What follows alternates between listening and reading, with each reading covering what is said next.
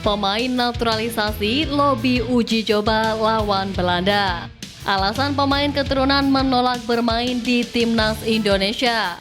Hadapi Arab Saudi, skuad Garuda pantang minder. Simak informasi selengkapnya sebagai berikut.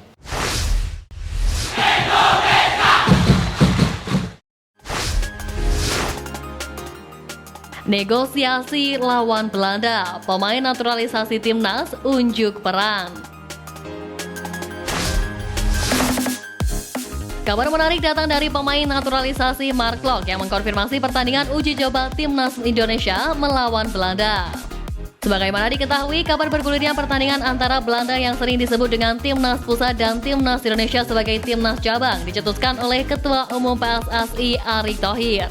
Mark Klok yang merupakan pemain naturalisasi asal Belanda menyebut ada andilnya dalam mewujudkan pertandingan tersebut. Ya, kita konfirmasi, kita sedang bicara dengan Federasi Belanda.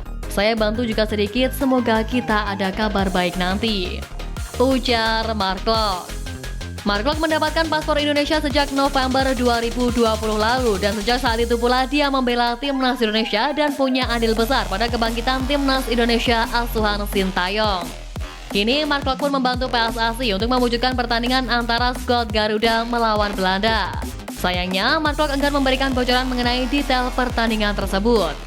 Meski ambil bagian dalam rencana itu, Klok memastikan akan tetap profesional membela Timnas Indonesia.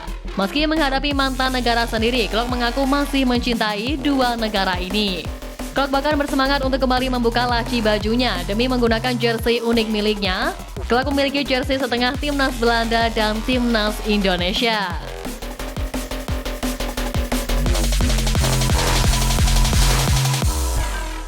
Alasan pemain keturunan menolak bermain di Timnas Indonesia. Pertama, punya kesempatan bermain di negara yang lebih baik. Salah satu faktor yang membuat beberapa pemain keturunan menolak untuk dinaturalisasi adalah faktor kesempatan bermain di negara yang lebih hebat. Salah satunya adalah gelandang AC Milan Tijani Reinders yang menolak tawaran bermain di Timnas Indonesia. Dia memutuskan untuk menunggu panggilan dari Timnas Belanda meski punya darah Maluku. Kesempatan itu akhirnya datang karena Tijani Reinders kini menjadi salah satu pemain kunci di Timnas Belanda. Kedua, izin keluarga. Beberapa pemain memilih untuk tidak memperkuat skuad Garuda karena faktor keluarga yang enggan memberikan izin. Kevin Dijk dan Miss Hilgers menjadi pemain keturunan yang secara pribadi ingin membela Timnas Indonesia, tetapi tak mendapatkan izin dari keluarga. Meski demikian, peluang untuk bisa membela tanah leluhurnya masih terbuka jika PSSI mampu membujuknya. Ketiga, meremehkan Timnas Indonesia. Kasus ini pernah terjadi kepada penjaga gawang keturunan Indonesia yang kini bermain untuk Como 1907, Emil Audero.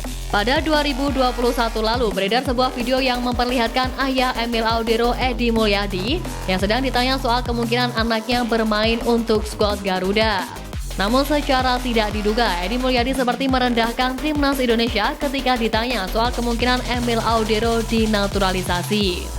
Selain itu, ada juga para pemain keturunan yang tidak merespon panggilan skuad Garuda. Seperti contoh, PSSI dikabarkan sudah memberikan tawaran kepada Jordi Weerman untuk masuk skuad asuhan Sintayong.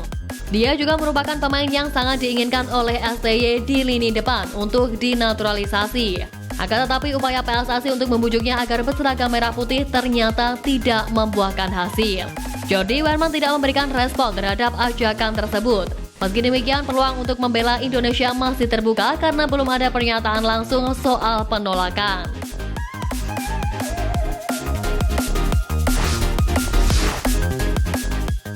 Hadapi Arab Saudi, skuad Garuda pantang minder. Sebuah asa diungkapkan pengamat sepak bola Indonesia Roni Pangemanan kepada Timnas Indonesia yang akan menghadapi Arab Saudi pada laga perdana mereka di putaran ketiga kualifikasi Piala Dunia 2026. Sebagaimana diketahui, laga tersebut menjadi tantangan berat skuad Garuda usai pertama kali melangkahkan kaki di babak ketiga kualifikasi. Laga tersebut akan dihelat di Stadion King Abdullah Sports City Jeddah pada 5 September mendatang. Menurut Bung Ropan, laga kontra Arab Saudi akan menjadi ujian berat bagi Jay Ises dan kawan-kawan.